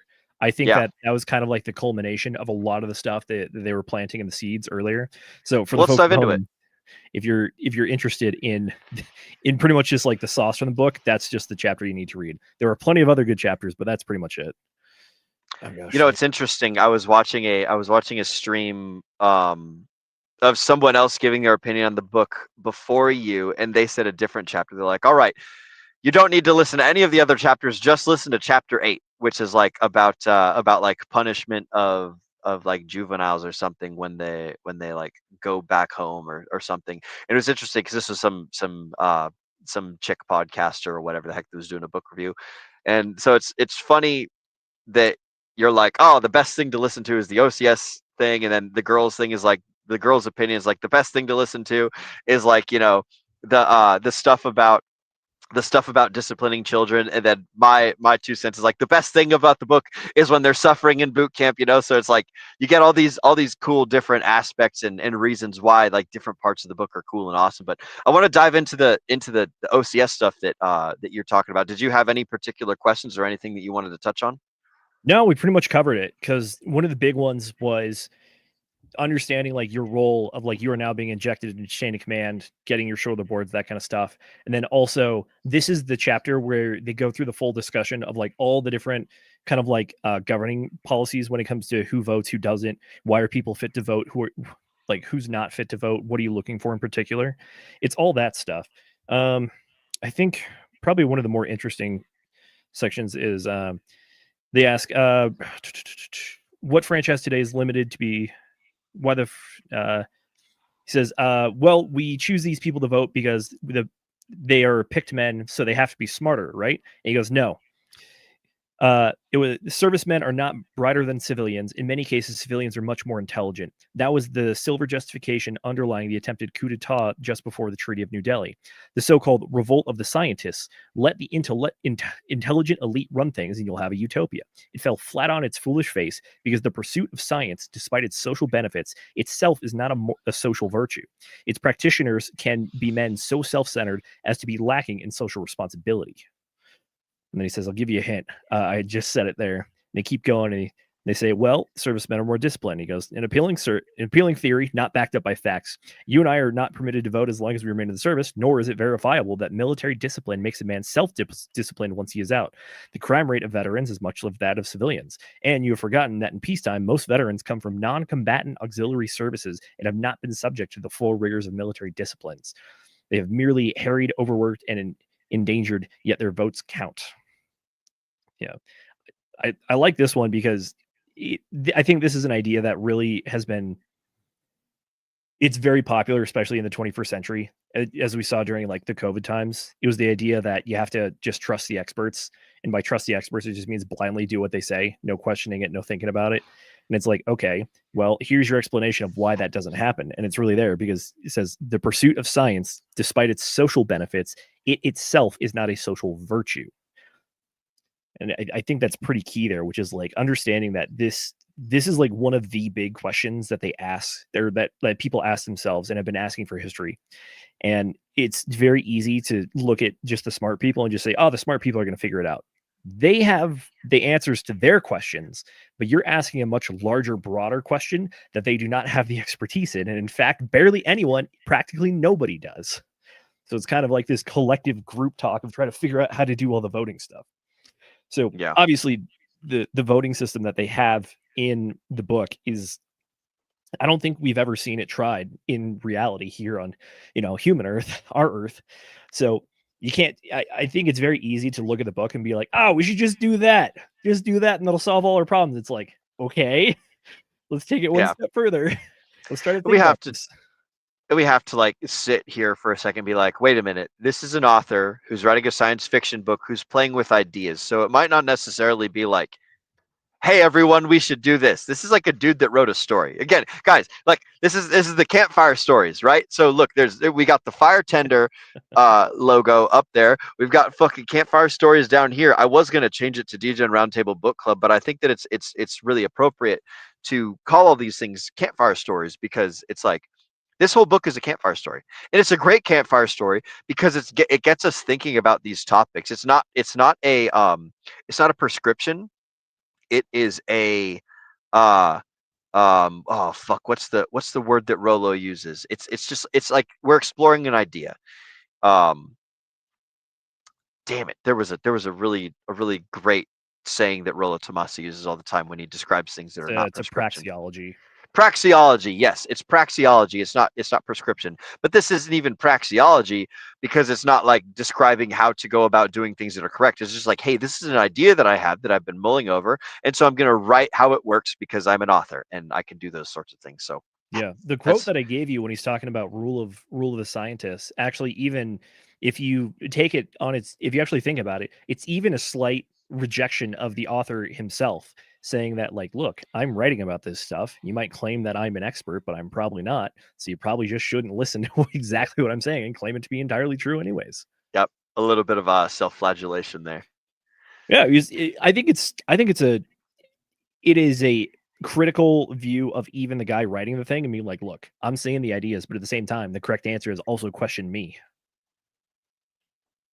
Exactly. And like that's how we that's how we do the whole like iron sharpens iron thing, is we question ourselves, we ask other people to like question us, and to like not necessarily pay attention to everything that we say. You know, it's the constant game of put something out there, fall in your face, try again, make a mistake, try again, get some feedback, make another mistake, try again. That's the only way that like people move forward. And oftentimes most folks just like they try and just research things to the best, to like the best, most well informed state of being or whatever. They never get to the trying phase. So this is like this is one way of doing the trying, is by writing a book and having people discuss it and stuff. So that's Exactly. excellent. We're gonna go over some quotes. Go ahead. I got a question for you Okay. about kind of the structure of the book itself. So All right. we mentioned at the beginning, which is that the movie and the book have very different structures, which is that this is largely kind of just about like the journey. It's not exactly telling the story of a war or anything, versus the movie kind of, it towards the second half for sure, it definitely leans into the war aspect of like, there is a thing to accomplish. We have to go defeat the bugs. We have to, in order to do so, we have to find a mind bug. And there's kind of like the back and forth tip for that goes on. In this book, it feels like it's kind of a buildup the whole time. It's like, cool, we see Rico graduate high school. We see him graduate basic training. We see him graduate kind of like the, or start getting respect after doing his first drop. And they're like, cool, now you're actually like a cool guy. And then they send him to OCS school. And then he goes through his third lieutenant stuff. But you never actually see him as like the completed like leader. You see a glimpse of it at the end. They give you the final view where they say it's Rico's Roughnecks. It's like, okay, we have achieved the thing, but you don't actually see him continuing to do the thing once he's like learned the lessons and can actually put it into practice. I just wanted to ask, like, I think that I in particular, like, I really thoroughly enjoyed this book. It was a good read the whole time through. I just remember like I got to the end of the book and I was like, oh, I wanted more. Like I felt like I wanted more for. Would you like to know like more? Complete story. Exactly. Would you like to know more? What do you think? Did it feel like a complete story to you? Yeah, and but like complete in the sense that I also want more. And what's great about Robert Heinlein is he was an avid writer, man. Holy fuck did he write. And a lot of his other books are like that as well. I think his first book is about a machine that a dude invents that tells people the time and date of their death. And it's very fascinating and it's very cool. And a lot of his books and short stories, they come together and form this collective, universe, the Heinlein universe. Another one of his books is about like how roads they stop being like cars, and they're instead like those flat escalators that you see at like airports, where it's just like a conveyor belt and it moves people. And you go from like the outside of the roads, which are moving at like 2 miles an hour, to like 5 miles an hour, and then each like road that you move further and further in is like faster and faster. So you go from like the outskirts of the road. Can you do me a like favor, please? yes, I can. What's your favor? You're not muted. Nice try. But to answer your question, yeah, I do think that the book is complete, and it also left me wanting more. But the great news is that Heinlein wrote so much more. It was really good storytelling, and I'm not satisfied by the single movie that was like sort of kind of about the book. And then the follow-on movies weren't really like, they didn't really play into the first movie very well at all. But yeah, I definitely want more. I would like to know more about the Robert Heinlein universe, and I can, because he's got plenty of stuff. What about you? Yeah, I definitely wanted more. And I already told you my favorite part was the first chapter where they're on a mission doing the stuff, describing it, going through the thought process. So I definitely wanted more of that. I know, like, here we go, Uncle Z talking about the movie Gladiator again. But like, one of the reasons why I find that movie so satisfying is that it has a definitive ending that also is extremely satisfying. At the end of Gladiator, spoilers alert, Maximus dies. He dies after accomplishing his mission of killing Commodus, and then also accomplishes the mission that he's given by Marcus Aurelius, or the fictional version anyways, which is that they are effectively returning Rome to a republic instead of an empire. That kind of stuff, I think it just really just, if you can fully encapsulate those stories, I think that it gives it a very satisfying conclusion and an endpoint. And it's no longer just like the journey. It's also showing what the journey culminated to and why it mattered so much. So when we get to the end of this book, it's like the journey obviously matters. And the whole point of the book is the journey. It's all the things that you learn along the way and all the different ideas that you kind of like pick apart and play with and try to figure out. But look, this is probably just me being just a bit of a hater, and I'm not a hater because like I really like this guy. The way he writes also is very fun, good characters, good wit, good humor, and again, like the way that he understands kind of the intricacies and nuance of just like military culture, it's just like so satisfying to like read it and like kind of feel like I'm a little bit back there again and stuff. But I think that having maybe a little more time with Rico in the cockpit, God. They even talk about it in the first one too. They're like, there are 3 different types of power armor. You have like your normal marauder, you have a scout, and you have the command suit, which is like even more mobile, has a bunch of different sensors and stuff. It's like, we got to get Rico in the command suit. I want to see the command suit.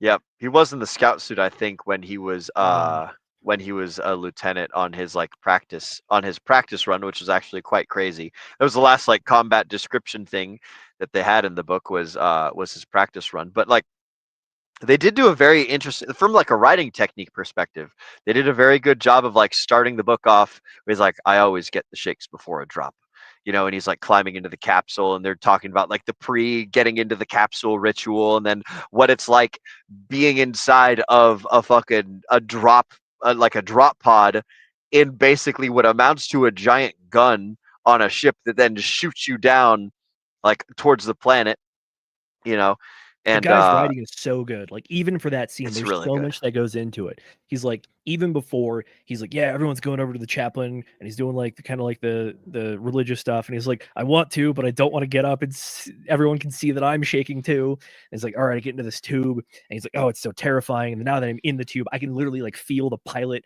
It's like I can always tell if it's a woman pilot because they always have way more G's on entry and stuff. And it's like, look, I understand they're a lot better pilots than we are as guys, and I get that, but they're a little rougher on us. And then he also describes like, oh, the pilots, they come in at the perfect angle and they match velocity to the rotation of the planet, so you get a perfect drop where everyone lands in formation, and people that don't do that will scatter you and you're just screwed. And then even on the way down, he's talking about like, yeah, so the first shell of the pod starts burning off in the atmosphere, releasing chunks by design, so that way enemy radar controlled anti-air on the ground trying to watch it come in, it just sees all the flak that comes off of it. And then they also pre-drop empty pods as well to create diversions, and then put motors and propellers on it to make it look like it's being controlled. So it's like, shoot this one. It's like, oh my, like it's just so good. It's so good. Oh, it's really great. It's really, bro, I think that the perfect ending to the book is that you set the book down and you turn on Helldivers and you just start playing Helldivers. It's pretty like accurate. that is the best way to end this book, is to just spool up Helldivers 2 and just go kill some arachnids or go kill some robots or whatever the heck. I've not played Helldivers, but reading this book not only makes me want to re-enlist, but also download Helldivers and fucking play it, because like that's the whole fucking thing, man. That's you become the orbital drop shock troops, the ODSTs from the Halo universe, but without the power armor. You want to talk about that? Bro, we could talk about anything that you want, man. I was going to start going through quotes, but I like the direction that this conversation's going. Like the technicalities, they're just so good. Heinlein's really good at describing sci-fi concepts. He's really good at talking about military. He's really good at storytelling, like from a basic, like it's nothing like crazy, fancy, and awesome, but like he's playing with all of these different like sci-fi techniques and stuff, and it's just it's so enjoyable, especially for military folks. During my little rant there about talking about all the different aspects, it sounded like a lot, but honestly, all of that happens like it is a lot of different like story beats and descriptions early on in the book, so they're trying to world build. The guy does that in like a couple of pages. It's so much, and he writes very detailed but condensely enough to keep the plot moving forward. Like one of the big issues that I have with J.R.R. Tolkien, if you will, is that think that his writing style is just not for me, because the guy is definitely set out to write kind of like an epic mythology for Scenery English. descriptions. Yeah. Exactly. So it's like, if I'm just saying, like, if J.R.R. Tolkien wrote like Heinlein did, I would probably be a massive fan of Lord of the Rings, but he didn't. So I'm not. Bro, I bet you there's an AI engine that can be made to rewrite Lord of the Rings in Starship Trooper style or in Heinlein style. That would still piss off so many of the Tolkien fanatics, though. So I don't care, because Tolkien still exists. Like, the book still exists. You could still watch the original, but like, imagine if instead of did we talk about this on Degen Roundtable? I swear to God we did. No, I had a phone call with someone. But like, imagine that Lord of the Rings was remade in Memphis corporate style, you know, like the video explainers, or like, imagine that because like, everyone started doing everything with AI as like Ghibli art.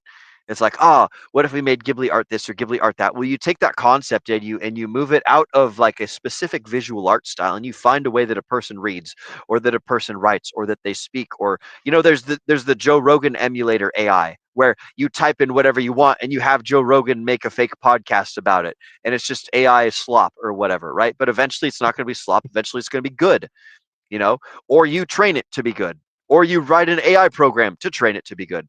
And then voila, you can take the entire, like, you know, computational power aside, you take the entire Lord of the Rings trilogy and you go through it page by page or paragraph by paragraph or chapter by chapter, whatever the hell. And you say, okay, this is written in Tolkien style. Rewrite it the same way that Robert Heinlein would, because I've trained you to be a Robert Heinlein AI, not a Tolkien AI. So it's like, it can be done, Z. It can be done. The question is, like, are you going to be the one to make the AI model that de-Tolkienifies and Heinleinifies all the stories and things? that's how I get a mob after me. That's I mean, but yeah, you only get a mob after you if you publish it and make it public. But if it's just for you, then it's for you to enjoy. It's like your delicious scoop of ice cream that you have behind closed doors, so that nobody sees. So it's fair. I will say, I discovered something while doing research for the show as well.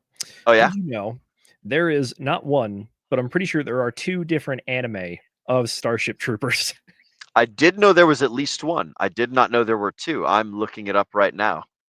Yeah, so I think it says that there's an original 1988 version, which is just like Starship Troopers, but then there's also another one that's just specifically about the Roughnecks. Okay. The one that I'm looking at is the 88 one. That's the one that I've seen, and that one is dog shit, as I recall. Well, I was going to watch it and then report back on Wednesday. You know what? You should watch it and report back, because what I recall is it was like it reminded me of the mech suit that Ridley wears when she's fighting Alien. So I don't know if I'm thinking of the right one, but I was like, this is ridiculous. So I take it back, Zenith. You need to go watch it and just totally scrub from your mind everything that I've said, because I remember I watched one of them and it was not very good. That's fair. But you bring me to another point that I would like to discuss with you, good sir. I did not know this fact until you told it to me probably a week ago. You were like, yep, this is the first iteration of power armor. And I was like, oh, you have my attention. And I got to say, I think the power armor in this one, it's definitely, like, it's 1950s. So it's kind of like really wild to conceptually think about, but also the description of it. And also you have like 3 variants right out of the gate. I'm like, this is actually pretty sick. So the description of the power armor for the folks at home is a lot of what you hear. Zim calls the recruits apes a bunch, and then he says, you're not even worthy of being apes, you're just a bunch of raggedy riotous monkeys or something. And then Rico kind of like thinks about this as he gets further and further in the book, and then he sees power armor when he's in training, and he's like, oh, he calls us apes because that's what they call each other, because when you're inside of the power armor, it's like so big and bulky and hulky that you look like just a bunch of apes like running at you and stuff. But the way that they describe it is pretty cool, because it's like they have a ton of armaments. They also have like 3 different jet engines on it. Effectively, there's like thrusters or boosters, and the way that they move is that you pretty much like bound jumping over like buildings at a time. And they say like, look, I'm capable of jumping probably 1,000 feet in the air, but that's inefficient. So what we do is we just like bound like barely over these buildings, or kind of like from rooftop to rooftop, so you can maneuver quickly. And it's for like anybody that's kind of like a Gundam mecha Warhammer Halo nerd, like this really scratches that itch, and you're like, oh, this is kind of like the culmination of everything. But then you think about it, and you think about the timeline, and it's like, no, those are knockoffs of this. Yes, absolutely. And bro, like he's describing heads-up displays in the 1960s. He's also describing the negative feedback that is necessary in a suit. Like for you, it's like if I move my arm this way and the power armor forces more power this way, there has to be some sort of negative input sensor on the opposite side of the force sensor to like, you know, catch me when I'm like, if I throw a punch and then someone just puts a fuck ton of force behind my punch, then my arm flies off. But if there's a negative side on the front of my knuckles or whatever, that when I throw the punch, it feels that me throwing the punch, and then as soon as I back off, it also backs off. It's like it's like you don't break your own bodies while hopping into these suits of armors and stuff. And like just the crazy description, it totally scratches that nerd itch, man. And it's the like concepts are wild, especially considering the time. Like if people at the time read this kind of, or people like now read this stuff and they're like, was this guy a time traveler? Like it feels like that. Yep, bro. Yeah. So fuck it. That is Heinlein's thing, was time travel. Not really in the strict sense, but like the theoretical forward. Like what are the problems of the future going to be? Like another one of his first books is like The Man Who Owned the Moon. The way that a person bought the moon is he bought a giant strip of land all the way around the circumference of the Earth, which is the only strip that is like in the moon's orbit. And so because he bought all this land around the Earth, and he's like, the moon never leaves this orbit, so therefore I own the moon, or something. And he has this like crazy like legal battle about it. And it's just like wild. Bro, it's crazy, dude. Heinlein is a fantastic science fiction writer, and just, you know, we could go on and on about the sci-fi. We can cover everything. Well, but like I want to talk a little bit about it. So I think that there's a handful. I guess is like, here's the recommendation for folks that want to read this book. If you are a Halo fan, I think you're going to enjoy this. If you really like the ODSTs as well, you are going to love this, because like this is the origin of the orbital drop shock trooper, aka the Helldivers. Not even Helldivers the game. In ODST, they are nicknamed themselves the Helldivers. You are going to love this. Did you ever read any of the Halo books? How deep did you get into Halo? Oh man, I read all the Halo books, man. Oh, you did? I'm very familiar. Yeah. Are you familiar Well, with this guy? I don't remember a lot of them. I have my screen on my laptop is very small. Let's see. This is Halo screen. Ghosts of Onyx. Okay. Pull it up again. Do you remember Ghosts of Onyx? Okay. It's Ghosts of Onyx. Was that the Mark III armor or something? The disposable? Yes, that is exactly what it is. Okay. So they take one of the original Spartan 2s, they kind of kidnap the guy and fake his own death, and they're like, hey, congratulations, you're going to make more Spartans because we need more Spartans. And listening to the descriptions from the Starship Troopers book, and like how they act, like they are very powerful, but they also understand like people die. I could die like anytime. I think when you're in the Halo universe and you're looking at like the Spartans, especially the Spartan 2s, like Master Chief, you really kind of just get like a big sense of like invincibility, or like it is one man versus an entire, like versus the Covenant pretty much. Yeah. But when you get to stuff like the ODSTs, it's like it shoots a little too low, in my opinion. But then I think the Spartan 3s, kind of like the flash in the pan Spartans, those guys kind of like hit that mold for me perfectly. And I gotta say, this one is probably my favorite Halo book. I've definitely, well, at the time of when they were written, I pretty much read all of them when they came out. But now I got some catching up to do because I've been reading other stuff, you know. But I gotta say, the Halo books are fantastic. Gosh, other stuff with power armor in it. Did you ever see the movie Edge of Tomorrow with Tom Cruise? Yes, that was a really cool one. Where he keeps reliving the same over and over. Yeah, the one that was one of the things I like about that one is I think that's a pretty good image of the mobile infantry. It's different. I think that they're a little more expendable in that one, but the overall idea is that you have like actual, like a battalion of these guys in mechanized power armor, and you're going to go fight the bugs. In that case, it's like the time travel bug things with the giant tentacle cats or whatever. Yeah. Squid weed whackers. Yeah, that one's a good one too. I will lesser known franchise, Mech Warrior. They have a tabletop game. They actually have 2 tabletop games, but it's a franchise that's been written in books, and they also have a bunch of games for it. They also had kind of a pilot suit. I want to say might have been like Mech Warrior 2. It was on like the original Xbox, but it was, you have giant like Gundam style mechs, or less Gundam, more just like giant like walking battleship kind of things. But then they also had suits for pilots that had thrusters, so you could kind of like fly around a little bit, jump onto mechs, attack and hack them, and also had like light weaponry on them as well. So it's like this idea of the power armor all came from Starship Troopers, and I like, now that I'm knowing about this, like I just have so much respect for it, because this little brainchild of this one guy in the 1950s has spouted so many different things. Like even one of the games that I'm a huge, massive fan of is Titanfall and Titanfall 2. I love those games because you fight as a robot, you fight as the pilot. It is just this beautiful, just absolute medley of everything going on. And it is an absolute damn shame that Apex Legends robbed us of a Titanfall 3 because the company got too caught up making a battle royale instead of making just the 3rd game. Yeah. That was going to be my next suggestion, was the Titan game. I didn't know I didn't remember it was called Titanfall. I just remember the Titan one. But yeah, Titanfall 2, it has a 4-hour campaign, but it is one of the best, like most fun campaigns. And it also is just like really good story and character in it. And it only has like 2 real characters. You, the player, is the pilot, and the other character is your Titan. All the enemies and the villains and stuff, they're fantastic. They're great. They're all like mercenaries that are hired to kind of be villains and fight against you.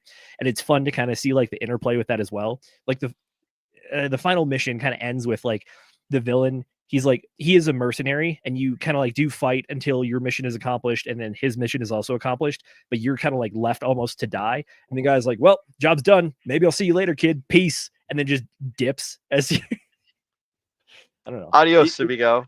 Yeah, there's just so many fun concepts in this genre, and it all comes back to Starship Troopers. You'd even go as far to say that StarCraft and the Warhammer 40K universe do take a lot of inspiration from this book as well. Space Marines and power armor. Yeah, that's from this. Also, kind of the Zergling or the Tyranids from Warhammer and StarCraft, respectively. Yep. That's the bugs. There you go. Yep. The arachnids, yeah. And bro, like, I love the idea of the shock troops, because that like harkens back to the Strussumtruffen, or the Marines landing on the beaches during the island hopping campaign, or like the berserkers from like Viking mythology. It's like the warriors that went in to fuck shit up at the very beginning. The not the skirmishers, but like I don't know if vanguard's the right word, but the raiders. That's what it would be. The raiders. It's like the guys who go in to fuck shit up before it's time to like sit down and develop a base thing. You've got the Navy, which is like, these are the guys that transport everyone around. They run the big ships, they got the big boats and drop the nukes and fly the planes and all that stuff. And then you've got the mobile infantry, which is like, the guys that go down and fuck the things up. And it's like, he really just did a great job describing all this stuff, and just the world of crazy cool sci-fi and like militaristic video games and stuff that sprouted out of this is fucking phenomenal, man. To give some credit to our friends across the pond, I might be reaching on this one, but I think there's a decent argument that this book is actually inspired by stories of the SAS from World War II. I can see that. The description of what the SAS did during World War II as like the raiders and the guys that operate behind enemy lines and like are kind of like a little bit of the cowboys. Like, I see that in this. I see it. Bro, if you haven't watched Rogue Heroes on Amazon, totally worth it. Patty Main and oh shoot, what are the other guys? Man, I can't even remember them. But Patty Main is just the whole reason that thing's a great series. They got 2 seasons out right now. Absolutely phenomenal. So time in Africa and time in Italy, and the British SAS and their creation, and then like just the fantastic storytelling. It says that the series is not a history lesson; it's more of just like storytelling, but just like have fun with it, and yeah, and look into the history too. I think that's a good place to round out that conversation. Let's go ahead and hop into some motherfucking chat shoutouts. We've been joined by Mr. Funkmaster Hex, who says, "Ladies and gentlemen, good evening. Good evening to you too, sir, Mr. Funkmaster Hex." The Trailer Park Boys Julian of Hexico. Good to see What a you, guy. amigo. What a guy. What a man. Always cheers in that drink for everyone. Next, we've got Arceus, and Arceus says, "My favorite quote was, 'Don't expect God to fill in the tactical details.'" Yes, absolutely. So good. God tells you what to do. God's got the campaign level directives, and then you've got your strategic level directives, which come from your command, and then you've got your tactical directives, which is like, oh, I need to shoot that thing that's right in front of me. Don't expect God to fill in the tactical details. It's up to you to figure shit out and to get stuff done. It's just up to God to provide the inspiration and other things like that. So that is an excellent quote indeed. Good to see you, Arceus. Next up, we've got Pulse Jitsu with Fast Abdul, who reminds us that he is here for the tech. As always, good to see you, Fast Abdul. And it is quite important to be everywhere for the tech. And Robert Heinlein is all about the tech motherfucking too. So you have come to the right spot. Next, we've got Mr. Just Live, who says, "It is too hard to understand all the characters and what the fuck is going on in Lord of the Rings, even after watching the movie and knowing what's what. It's still rough." I would say, good sir, you just need to focus and consume. The more that you consume and the more that you focus, the better off you will be, and the better that story will make sense to you. So Here, I know that immersion. I've definitely been on record here as kind of like a Lord of the Rings hater, not from like I think it's all stupid, but from like I see the potential for greatness. Granted, I've only ever read like half of the first book when I was young, and then I've seen the movies multiple times and like even gone through and tried to like critique them a bit. So like, hear me out. If we want to do the Lord of the Rings books, I'm down. If anything, I kind of owe it to people after having argued with them so much at this point about it. So, Really? if you guys want to see that, let us know. I will submit myself to that. We might have to get Dace. We might have to get Brother Oates. We might have to get Josh. We might have to get all of the We might have to get Sam back on book club. Man, if we do a Lord of the Rings book club, that's It'll bring the boys in. Bring the boys to the yard. I'm not saying it'll bring the boys to the yard because I can't speak for them, but I will say that a lot of the degens that you know and that are members of this audience are Lord of the Rings fans. Whether they're the same level of autistic as I am about it is to be determined. Many are casual enjoyers, and many are way more statistic heavy than I am. I would say that I'm like halfway between autistic and casual. So like I'm in that like, oh, I know quite a bit about it and I can speak eloquently for quite a while. But there's a lot of good stuff in the Lord of the Rings. So maybe we'll cover Lord of the Rings. I'm not entirely opposed to it, but my God, is that a literary obligation? So be careful what you wish for, Zenith. Next thing we're covering on book club is the entire Bible or something like that. It's just like there's a lot of things that's just like it's very large and we should not cover it all in one go. So that's fair. That's fair. Yeah, so it's kind of like how we broke up Sci-Fi into a whole bunch of different things, but that was a bit of a chore and totally different. And speaking of Sci-Fi and what's going on in Hexico, we're also joined by Miss Tam Tam, who says, "Hello, my lovelies." Hello to you too, Tam Tam. Good to see you, Tam. For those of you guys that don't know, Tam runs the Tuesday shows. She had to cancel the one this last Tuesday for I don't know what reason, but the spaces got postponed. So check in on her Twitter account or over on her X to see when those spaces are. But they're generally every Tuesday from 6 p.m. to 8 p.m. Central Time. So for those of you guys that are on the East Coast time, that is from 7 p.m. to 9 p.m. So it's good to see you, Tim. Next up, we've got Mr. Danny Boy, who says, "What's up, friends and family? You all know that Richard Hart has dropped a bomb. Perhaps he has dropped a bomb. He has definitely announced a cool new thing, which is worth noting. He is a person who is followed and beloved by many. So take the information how you will, but I'm sure that there will be lots and lots of information about it in the near and dear future. So we will see how it goes. Yeah, couldn't get into all the super fantasy. Hey, it's not for everybody. It's not for everybody. Except Harry Potter 832 pages in 24 hours. That's quite Some a good speed right reading there. pace. So yeah, there you go.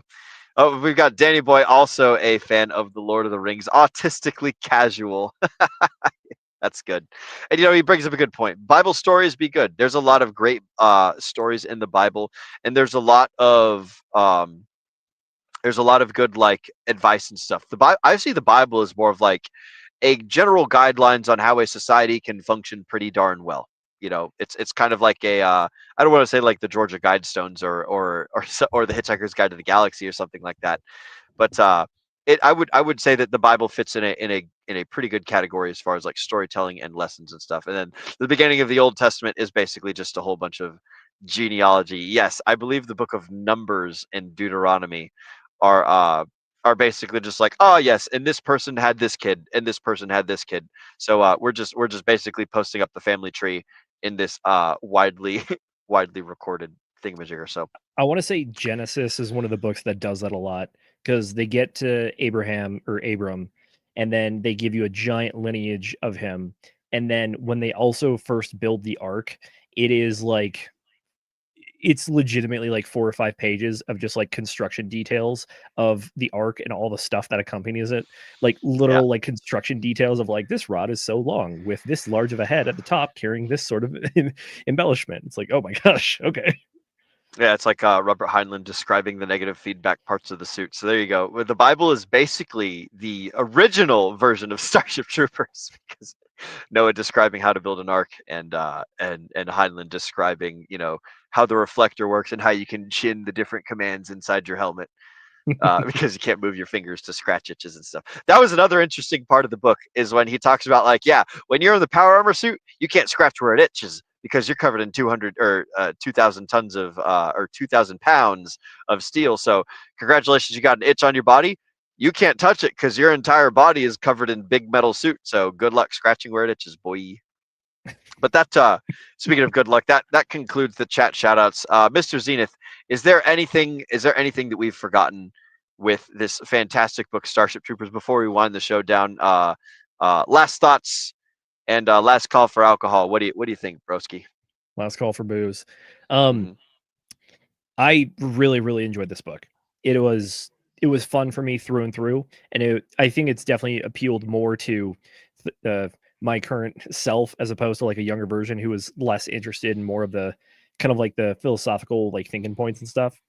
But it's a great blend of just like fun military themed like life, and then also some good old power armor fighting, and then also some very good critique of philosophy and diving into those topics as well. So I think it's only like 278 pages, or yeah, 278 pages. So it's a pretty quick read. I want to say the audiobook is 8 hours at 1 time speed. I was actually able to do it at 2.5 times speed, like pretty easily. I was actually doing it at 2.5 times speed, and then for part of it, I was also reading along at the same time. And yeah, even the audiobook version that I found was fun. I can only imagine the one that you found is even more fun. So I definitely give it even better. It's on YouTube. Yeah, I was happy to pay $11 to whoever owns the rights to this, because hey, it's good stuff and I want to see more of it. But overall, fun read. It's definitely, as you can probably tell from the episode, it's a little bit lighter when it comes to the depth of the philosophical discussions. I think Highland is a great writing style, where he has a great back and forth with all of the like political and philosophical talking points, but it's not drawn out and it's not dragged out to the point where you're like, okay, I want to move on to the next thing. It's very succinct, but also deep enough at the same time to really get a good conversation going. And what's interesting to me is on the cover of the book, it says the controversial classic of military adventure. And I'm like, is this really controversial? It was quite controversial. Oh yeah, it was controversial. I think that people are just going to claim it to be controversial the second that you start talking about the idea of not everyone gets to vote just because. Yep. And it's like, okay, you're just trying to shut down the discussion because you just don't want to have it. It's like, all right, well, if you actually wanted to like be kind of responsible and think about these things and not just YOLO government responsibility and citizenship, like, okay, whatever. But anyways, yeah, I'll tell you this much. I recommend this to pretty much anybody. It's good. It's fun. It talks about some things that you probably not have really thought of before, such as the whole votings thing and whatnot. But I think that if there ever was a way to really introduce that construction or that discussion, I think that this book is a really good jumping off point to do it, because you will entertain and you will educate at the same time. And that perfect mix of the two is where you can get those people that probably wouldn't have paid attention or cared about it otherwise. Yep, I agree. I'd recommend this book, to everyone, no matter what stage of your journey you're in. Starship Troopers is an excellent book. It's got great storytelling. It's succinct. It's not too long. It's very descriptive. It's fun for the whole family. It especially resonates with military folks. So I freaking love it. It's an outstanding book, and I cannot recommend it enough. Easily, I would say it's been my favorite book for a long time in the past. I don't know if it's still my favorite book as of now, but because I can't think of another one, I'll throw it right up there. It is my favorite book. So I very much do love Starship Troopers. And real quick, one shout out to Mr. Hexkin Lost in Asia. The enemy cannot push a button if you disable his hand. Medic! And then he throws the knife at homie's hand and it sticks it. So that's from the movie. It was quite amusing. They did do the knife throwing in the books, but Sergeant Zim did not post someone's hand to he didn't hit to a someone's wall. hand, but he has a really good quote in that chapter as well, which is there is no dangerous weapon, there are only dangerous men, and that is why we are teaching you to throw knives, so that you will learn to be a dangerous man. Man, that I was gonna quote that. I was gonna say, there are no dangerous weapons, there's only dangerous men. And then to supplement that, you can't conquer a free man. The most that you can do is kill him. So there's some really good book quotes in this book, some really good storytelling. Fantastic for everyone. Mr. Zenith, we are coming to an end. Where can the folks find you, and what have you got going on in the near future, good sir? Folks, you can find me over on X and Instagram at ZenithDI. More importantly, though, you can catch me and Will and the rest of the crew here at our many weekly streams, as we have down below. Next up, we have our Sunday flagship news show coming up on Sunday, 8 p.m. Eastern time. After that, we're going to be having a Whiskey Wednesday. I imagine odds are we're going to be talking about the new Pulse Chain product as we get more and more details coming out. And we might even be able to get some of our friends outside of the channel to hop on and chop it up with us. Would love to have a bit of a roundtable discussion on that and get the opinion of folks out there. And we've also had a great influx of people coming into Pulse Chain for the first time recently as well. So I think it'd be interesting to mix a few of them in there as well if we can. So I'm just saying, I think we have good options out there. And then outside of that, next Friday, as all Fridays pretty much, well, most Fridays, we will be doing book club again. I need to get through my notes and figure out what I'm reading, but I will post it in the chat when I figure it out. But yep, that is what we got going on. Mr. Will Stevenson, where can the folks find you, and what do you have going on?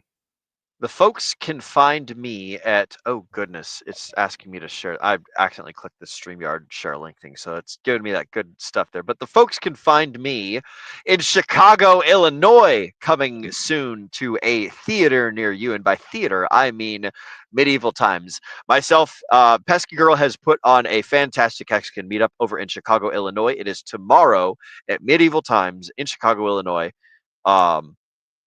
Come check it out. Come have fun. The ticket of entry is, I think, $80 if you just pay at the door. And if you get the special discount on the website, then it's 15% off or something. So go check it out.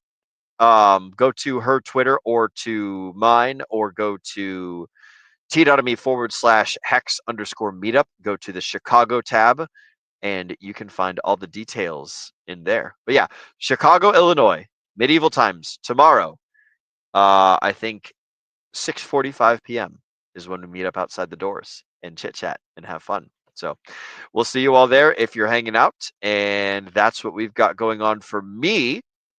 And then I'm immediately headed back to Nebraska and then possibly Kansas after that. Who the fuck knows? These jobs are just popping up and flying away all over the place. For a minute, I thought I was going to DC. Then I thought I was going to Vegas. And now I thought I was going to Indiana. And all of those got canceled. So now I'm going to Kansas, because that is the life of the tower climber. So that's what's going on for me. Godspeed, sir.